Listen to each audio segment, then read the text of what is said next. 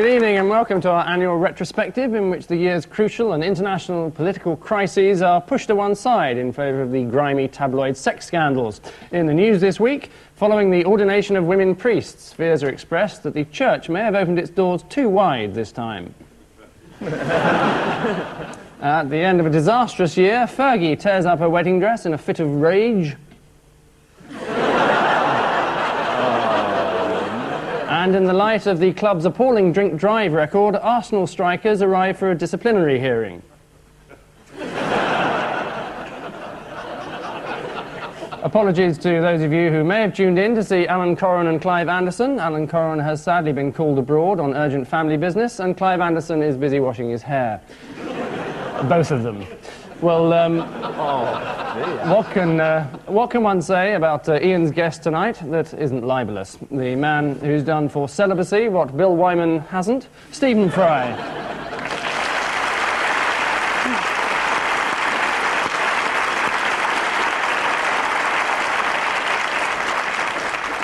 And on Paul Merton's team, a comedian who takes half his name from a shoe company and the other half from a boxer, Frank Skinner.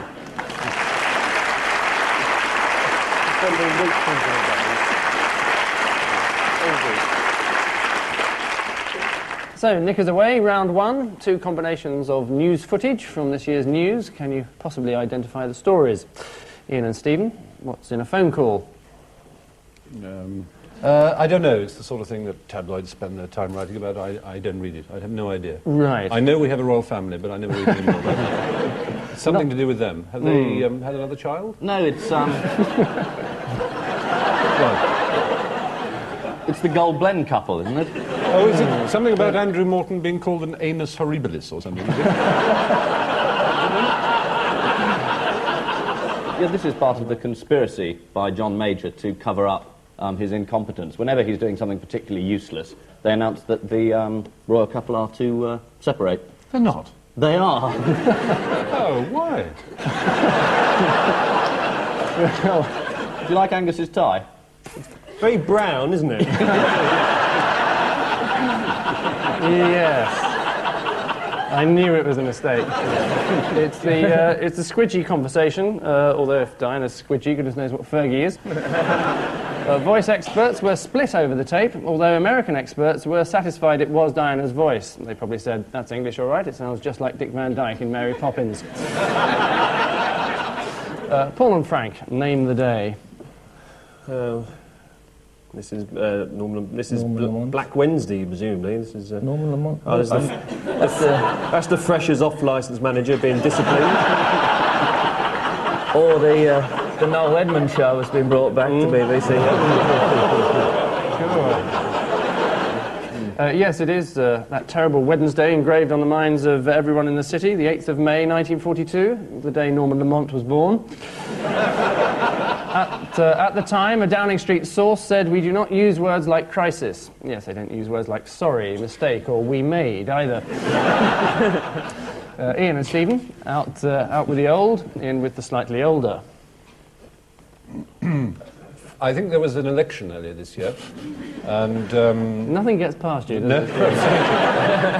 And the Labour Party, terribile dictu, lost. And there were some scenes of various celebrities who'd supported them looking rather sad. Yes, all right. And, obviously, it was a Black Thursday for us. Neil Kinnock lost his job after trying to win an election on the absurd policy of raising taxes and was promptly replaced by the man who thought of it. Just before the election, Labour had the slogan "Neil Kinnock Prime Minister" printed on 10,000 mugs. Nice of the party members to agree to be tattooed like that. Mentioning no names, sorry. Paul and Frank, a crock of gold for you. I think it's got something to do with El Dorado, isn't it? Possibly, yes. Which is a TV series which someone said looked like pornography without the sex. fair enough. But I wouldn't know, of course. No, never having watched El Dorado. Indeed. And Jonathan Powell, whose idea it was, has now left the BBC and has gone to Carlton Television. Yes, we thrilled Jonathan for the Powell is moment. also responsible for Trainer. That was a cracker, wasn't it? They're very fashionable with young people, aren't they?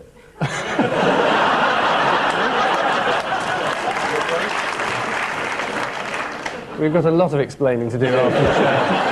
It could take some time. It is the disastrous start to Julia Smith's El Dorado, or as it was nicknamed at the BBC, Alberto Square. In August, the viewing figures of both El Dorado and Panorama fell to a disastrous 2.8 million. El Dorado immediately decided to have Fizz walk out on Bunny, and in the next series of Panorama, David Dimbleby is going to be murdered in the shower. William Hills are offering 33-1 on El Dorado topping the TV ratings next year, and 5-2 on Charles and Diana having another child. I wonder what the odds are on the Queen Mother winning the Embassy Darts Classic. Which... She's been putting a lot of practice in. That's right. She's keen to get the title back. Which specious supposition brings us triumphantly to the end of our initial piece, and the glorious news is that the two teams have put in faultless performances, as both Ian and Stephen and Paul and Frank have a spectacular 4.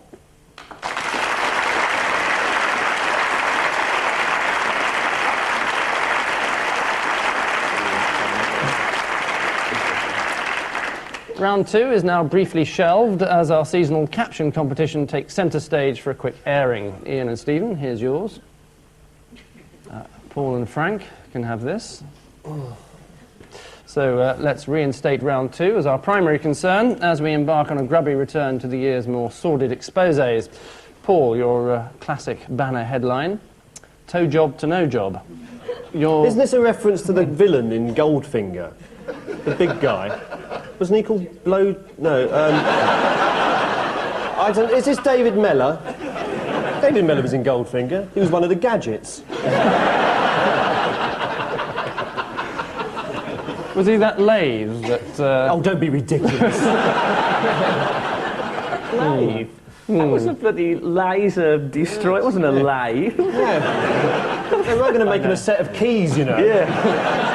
Take Mr. Bond to the light engineering factory. That lathe. I'm thinking of Dr. No. We'll show you the meaning of metalwork. Don't worry about that. It's quite untrue. Yeah, There's or no it's job even- at all. I mean, it's every even- time you open the paper or turn on the telly, there's Mellor again. Mellor on Clive Anderson, Mellor in The Guardian. He's in my Guardian, actually. He's writing a column on opera. In your garden? No. What's going on? What is going on? I'm terribly sorry. I felt sorry for him. I said, will you come and write a column on opera in my garden? Because I don't want him in the house, obviously. I mean, got a wife and child in there. He's got Bamber Gascoigne in his shed. Developing a new series. It is the Mellor scandal and all its ramifications. Antonia de Sancha revealed all to the tabloids. I filled the bath with warm water and bath oil, she said. By the time David and I got out, the water was cold. That was what our relationship was like. Cold, oily, and making a skin wrinkle. It was later revealed that Mellor had close links with associates of the PLO. The public shame and embarrassment was considerable, but the spokesman for Yasser Arafat said he soon got over it. Frank, another extract from the Dictionary of Modern Quotations. It's Paddy Pantsdown. Yes, this was Paddy Ashdown's secretary had to leave because it was found that she was having an affair. In fact, he gave her the opportunity to stay on, he said, but she blew it, which sounded like a pretty good exchange to me.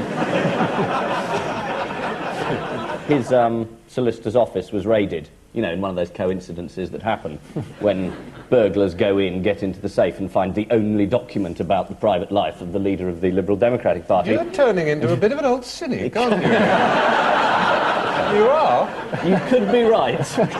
It's Liberal leader Paddy Pantsdown, who in February owned up to a 5-month fling with his former personal assistant, Tricia Howard. She told reporters, "You have to learn when to keep your mouth shut." Yes, and Do you remember that joke about how do you get 4 Liberals on a bar stool? You turn it upside down.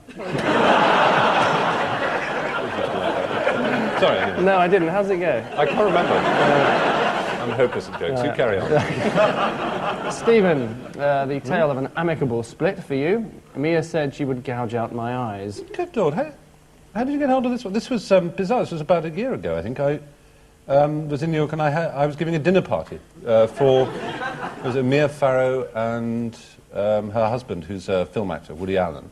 And I'd put the meat in the oven the way it, and I'd, as always, you forget the potatoes till the last minute, and I was peeling them, and I handed them to her, and she said she'd gouge out the eyes because I was in a hurry.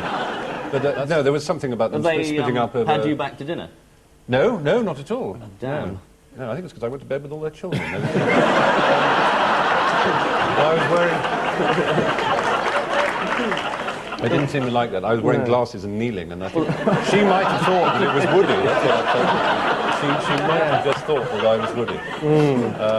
It is Woody Allen and his affair with Mia Farrow's adopted daughter, Soon Yi. Mia Farrow described 56-year-old Woody's affair with her young daughter as disgusting. When she was that age, she didn't have any elderly boyfriends. Her 50-year-old husband, Frank Sinatra, wouldn't allow it. Ian, the usual tabloid reverence. Baldy and Andy talk cash. Oh, yes, this is a reference to John Bryant, who I believe is bald. Very good-looking, distinguished man, too. And, unlike most bald people. Quite, yes. And Andy, and they're talking about Pat Cash, who's going to have Fergie next. So it's true. Yes, it is. It's Fergie, the royal family's answer to Sue Pollard, and her dalliance with Johnny Bryan, who was initially appointed as her financial advisor. At the time, he explained, the Queen herself has insisted that I get involved at all levels. Obviously, starting off with her feet. The topless photos of Fergie were featured in a number of publications. Experts said they appeared to be taken from 250 yards away, behind Fergie, using a wide-angled lens. Fergie and Bryan won damages in a French court for the invasion of privacy. Their lawyer said, never before have we seen a member of the British royal family undressed. Well, not outside the Wigmore Club, we haven't. What's the Wigmore Club now? Major Ron Ferguson was caught going there for an afternoon's relief. Ah. It's a lavatory, then, isn't it? Yes. Yes, it is, Stephen. That's a different Yes. sort of relief, I believe. Depends on the lavatory, I always find.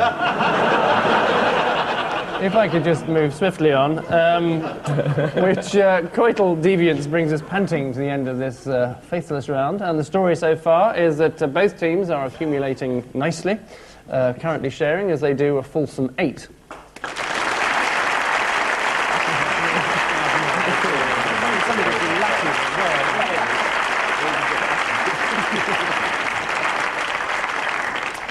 And so we slide down the chimney of time and scald ourselves on the ashes of history, pausing only to nibble on the mince pie of yesteryear. And what's more, it's our archive round. Wipe ourselves with the towel of overstatement. 2 pieces of extremely modern history from a recent American election. Ian and Stephen, what happened next? Oh. Is that going to go with the trend of these other states down here, these 4 states that have gone so far for Bill Clinton? Only West Virginia was one that he held from Dukakis' time in 80. There has a state gone. Well, now that, according to the colour I have there, is a state gone for Perot. Well, I was watching this in bed, and I got up to get a glass of water, and I fell over. That's what happened next. And I stubbed my toe. But I think my friend knows. I was watching it not in bed. No, you were next, weren't you? Yeah. No, it's I was just waiting my turn. Yeah. They all, I know, they all went yellow, didn't they? OK, let's take a proverbial gander. There's the 2 main candidates at the top, Bush and Clinton. And here are the states now coming in very quickly in completely the wrong colours. Yes, it is. It's the BBC election computer predicting a Perot landslide. Ross Perot, of course, in the end won no states at all, possibly because he cited his hates as starting with alcohol, running through to blue shirts, beards and homosexuals. Must have gone down well in the Navy. Or not, by the sounds of things. What's a blue shirt? It's a shirt which is blue.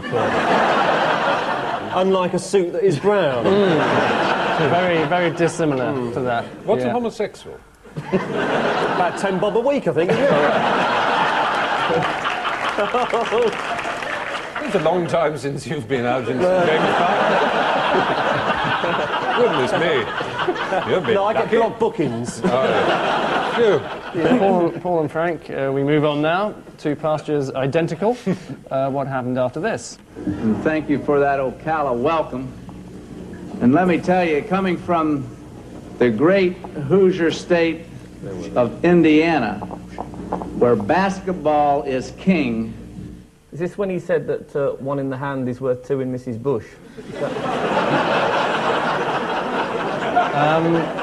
I don't think he ever said that, did he? He Frank? didn't say that. No, but You should see how he spells Clinton. let's peer briefly. I feel right at home in this gymnasium. Yes. That's the most amusing clip you could find. Yes. Which electoral nostalgia marks an end to this transatlantic round, and the tragedy would appear to be waiting in the wings for Paul and Frank, who have 8, while Ian and Stephen march onwards with 10.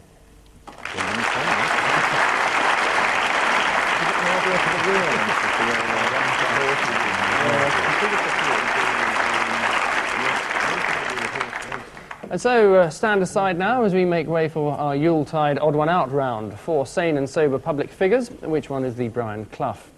Paul, 4 manifestations of loveliness for you. Highlight, Desert Orchid, Princess Anne, and Camilla Parker Bowles. Who is Highlight? That's Prince Charles' horse, polo horse. Well, Prince Charles has rode them all apart from... Get out. Get out. Get out. Go on. 3 of them have got very heavy breathing on the phone. Apart from... It's very close. It's actually Desert Orchid, as all the others annually receive Christmas cards from Prince Charles, but you were virtually there. Charles, somewhat bizarrely, sends a Christmas card every year to his horse, Princess Anne. To his horse. Princess Anne also gets one from him, as does Camilla Parker Bowles, whom he also sends a card to. Despite Charles' reticence... I hope you're going to prove that, Angus. In court, I shall do. Despite Charles' reticence... I wouldn't wear that bow tie, because juries go off. Things like that. And the brown suit. Despite Charles' reticence... It'll be brown by the time you get there. Oh dear. Frank, 4 blasts from the past for you. Noel Gordon, Lovely Noel. Humphrey Bogart, Lou Grade, and Jesus. The famous Islamic prophet you're about to say, Angus. I wasn't, oddly enough. Good. But I will do if you want. Jesus have a very, very small mouth, or is it just this picture? Jesus having just eaten a lemon, is that? I've got it. Humphrey Bogart was born on Christmas Day, as was Noel Gordon, as was Jesus.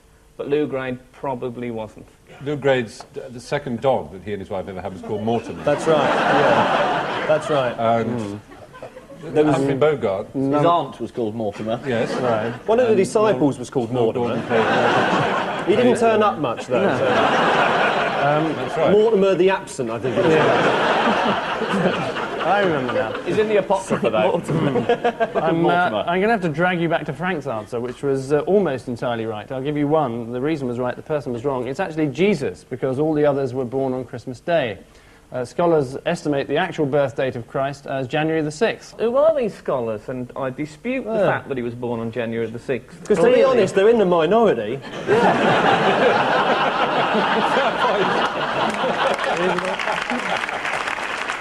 It's just some nutter in the office, isn't it? No, it's true. December the 25th was actually a pagan festival, which Do they these then scholars turned have into their Christmas tree up Day. on January the 6th, then? Everyone else is back at work, and there are the scholars sadly giving presents to each other. Yeah, I bet they have a quiet drink on Christmas Day as well. Yeah, they're sneaky scholars. Yes, it's these scholars getting 2 drinks for the price of 1, that's what I think. 2 lots of presents.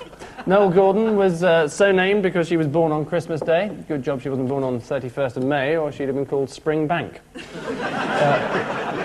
And Lou Grade, born on December the 25th, apparently married the first person he ever saw on TV. Just as well we didn't all do that, or I'd now be married to Peter Glaze.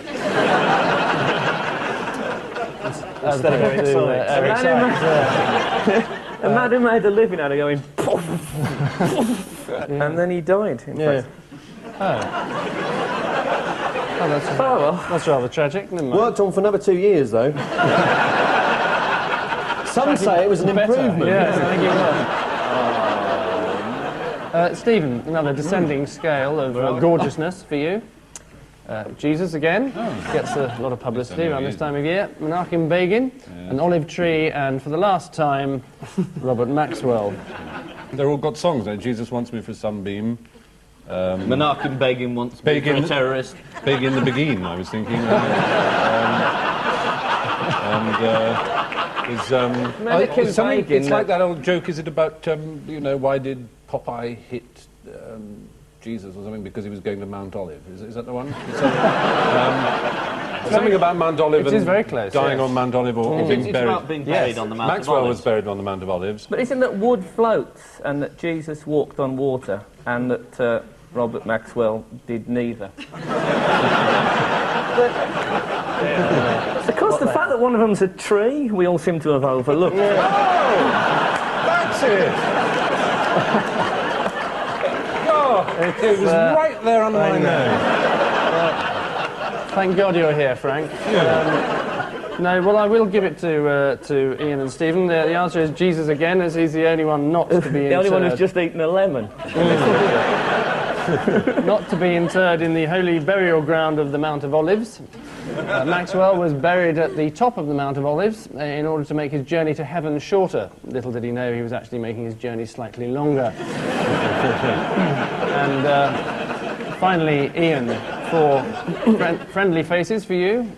Roger the hamster, Jeremy the gerbil, Simon the rabbit, and Vinny the rat. Is it that Simon the rabbit has never met Richard Gere? It's well spotted, but it's a not very actually a clue. dramatically lit photo, isn't it? Vinny the rat. It's gone in for a sort of with the Beatles look. He's had it professionally done. Yeah. They're all trying to get into my house at the moment. It's Roger the hamster, obviously, as he's the only one using a pseudonym. Roger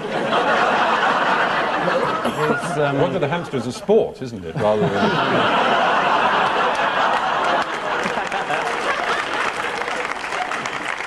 His real name being Graham the hamster, of course. So at the end of... Oh dear. Is that it? Can we have some explanation? The explanation is basically that we're just wasting your time. Yeah. So Angus the Pratt is... Roger, in fact, is his stage name. So, at the end of all that extremely dubious information, the current state of play is that, all is virtually lost for Paul and Frank, who have 9, whilst Ian and Stephen are laughing all the way to the Alliance and Leicester with 12.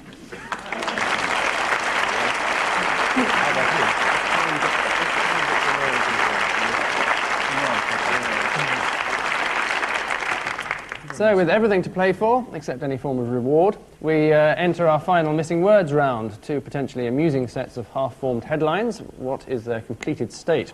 Paul and Frank, your turn to cast your minds back over the past year, beginning with Jason, I don't dye my hair, I use what? It's the same lemon, isn't it? He uses That's lemon what it juice. is. He squeezes lemon juice. Well, it is, go, isn't Is it frozen yak's urine? Oh, it's lemon juice. I'm not going back to Blue Peter, says who? Wife of Smurf.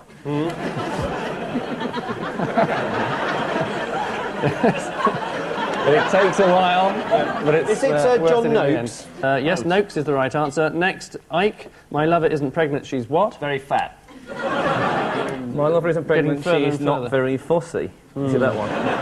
Volcano is the utterly plausible answer. And lastly, Lamont offers his country's freedom and independence to Germany. Is it that one? Is it credit card facilities?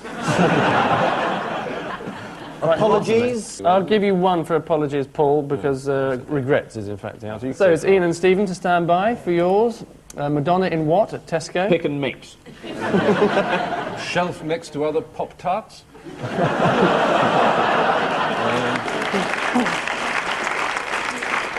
cucumber fracas. That's very nice. Have you had that cucumber? It's nice, though. It's lovely. If you put kiwi fruits around the outside of the dish, it's Yes, if I could fantastic. just interrupt. The answer is ban, in fact. Next, there's no disguising it. Fergie's on what again? Is it the piece?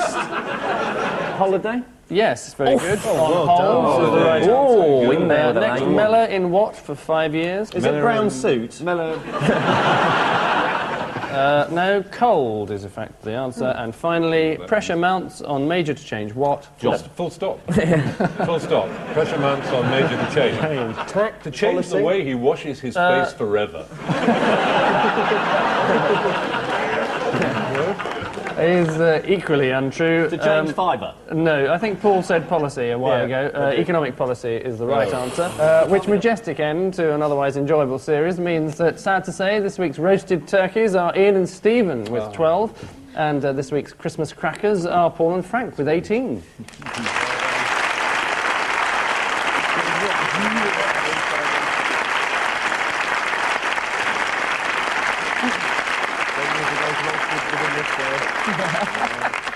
So, 100 shares in ICI to our winners and 100 shares in TVAM to our losers. And the overall winner, well, is neither of them, in fact, because we've ended up over the whole series as 5 games apiece, which is a fitting, if dull, way to end. Why don't you have an odd number of programmes, you idiot? So before we deck the halls with empty lager cans, a brief stab at our seasonal capturing competition. Ian and Stephen, this was, I think, yours. Orkney social workers round up suspects in Oxford Street.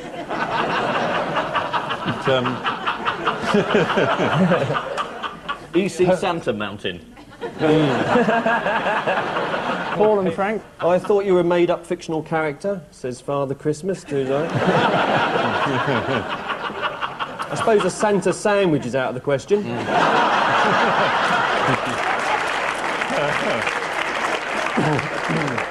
Is it, I always end up with men that only come once a year.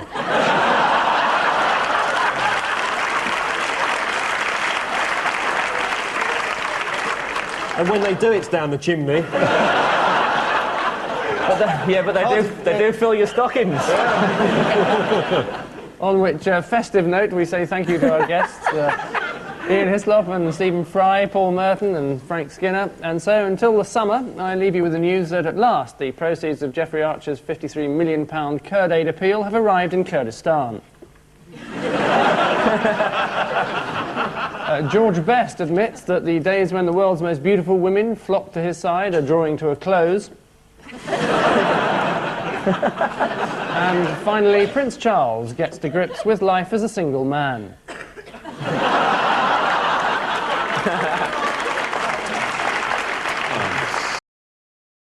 Merry Christmas.